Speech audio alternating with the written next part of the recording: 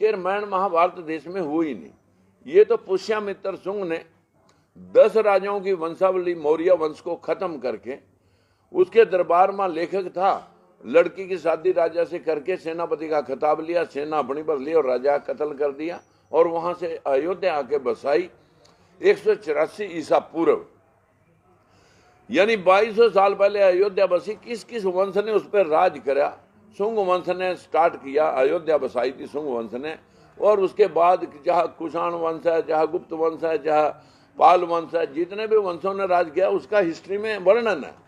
वहां कहीं राम की जो अयोध्या बसने से पहले, अब जब अयोध्या में जन्म हुआ तो उससे अयोध्या बसने से पहले तो राम नहीं आए होंगे। लेकिन हकीकत में पूरे देश के अंदर 4 करोड़ मंदिर हैं। देश के अंदर वर्ल्ड लेवल की 4 यूनिवर्सिटियां हैं नहीं।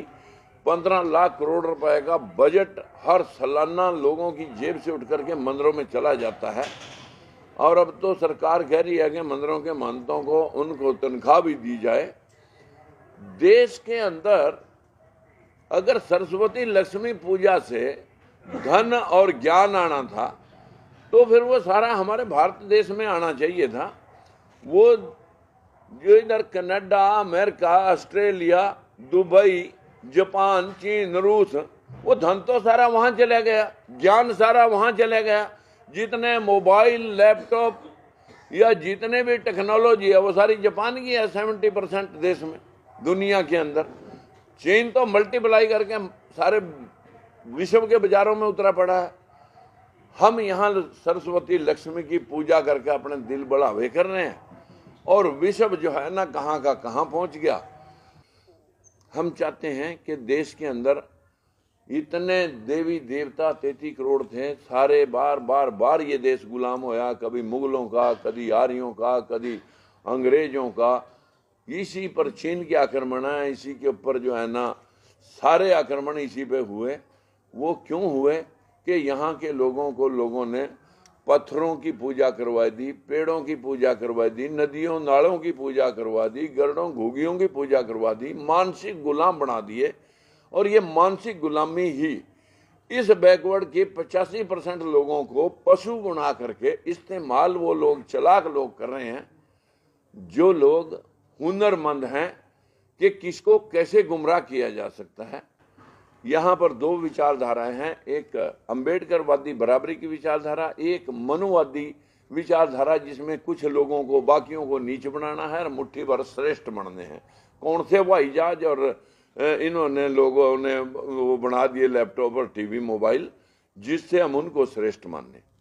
सुप्रीम कोर्ट में 9 सितंबर 1976 को ललई सिंह यादव की किताब का इलाहाबाद हाई कोर्ट ने उसको सही मानना था, जिसमें उसने कहा था कि अगर सूरज को कोई खा सकता है, मैल से बच्चे बन सकते हैं, 10 सिरों वाला आदमी हो सकता है, आदमी की गर्दन के ऊपर हाथी की गर्दन लग सकती है, तो आज क्यों नहीं?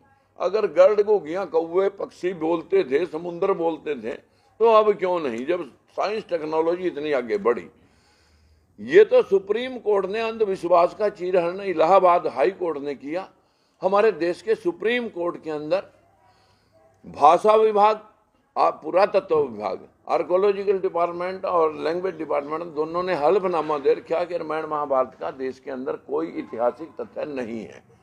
अब बताइए, वो मैंने नकारा या सुप्रीम कोर्ट में एफिडेविट देने वालों ने नकारा? मैंने कभी जिंदगी में मंदिर नहीं गया, श्री राम का नारा नहीं लगाया। मैं तो फूले साहब का अनुयायी हूँ और मैं जो है ना गौतम बुद्ध की विचारधारा से अभी भी मेरी मतलब जो है ना विपसना केंद्र से लौट के आया। मैं कभी आडंबर में, धर्म क्या है? जो सबके लिए बराबरी दर्ज करता हो, सबका सम्मान करता हो, सबके कल्याण का और मंगलमय होने का की कामना करता हो, वो है इंसानियत धर्म। जो गौतम बुद्ध ने दुनिया को पंचशील दी, विश्व के 80 मुल्कों में आज गौतम बुद्ध को माना जाता है। हमारे देश का प्रधानमंत्री जाता है, मैं बुद्ध की धरती से आया हूं, वहां राम श्याम की धरती क्यों नहीं कहता?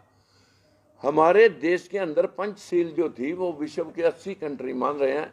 चोरी, झूठ, नशा, अनैतिक व्यभिचार, बिना वजह हत्या, इन 5 दुष्कर्मों को छोड़कर मानव कल्याण के लिए जो आदमी काम करे उसे लोगों ने जीते जी महापुरुष और मरने के बाद उसे भगवान मान लिया।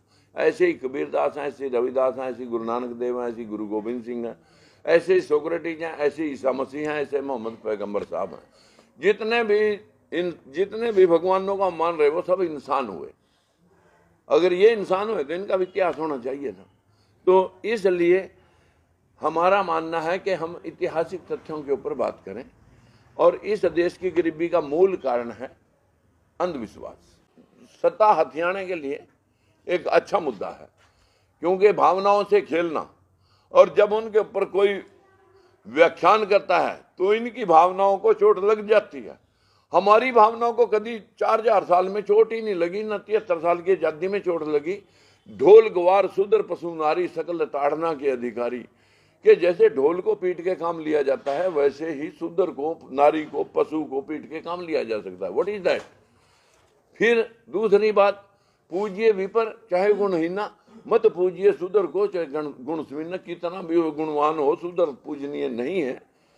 सिर्फ पूजनीय वो है जो ब्राह्मण कुल में पैदा हो गया, चाहे कितना भी मतलब गुणहीन क्यों ना हो। बताइए क्या शास्त्रों ने की, इंसानों ने लिखे ये शास्त्र अपने पक्ष को रखे।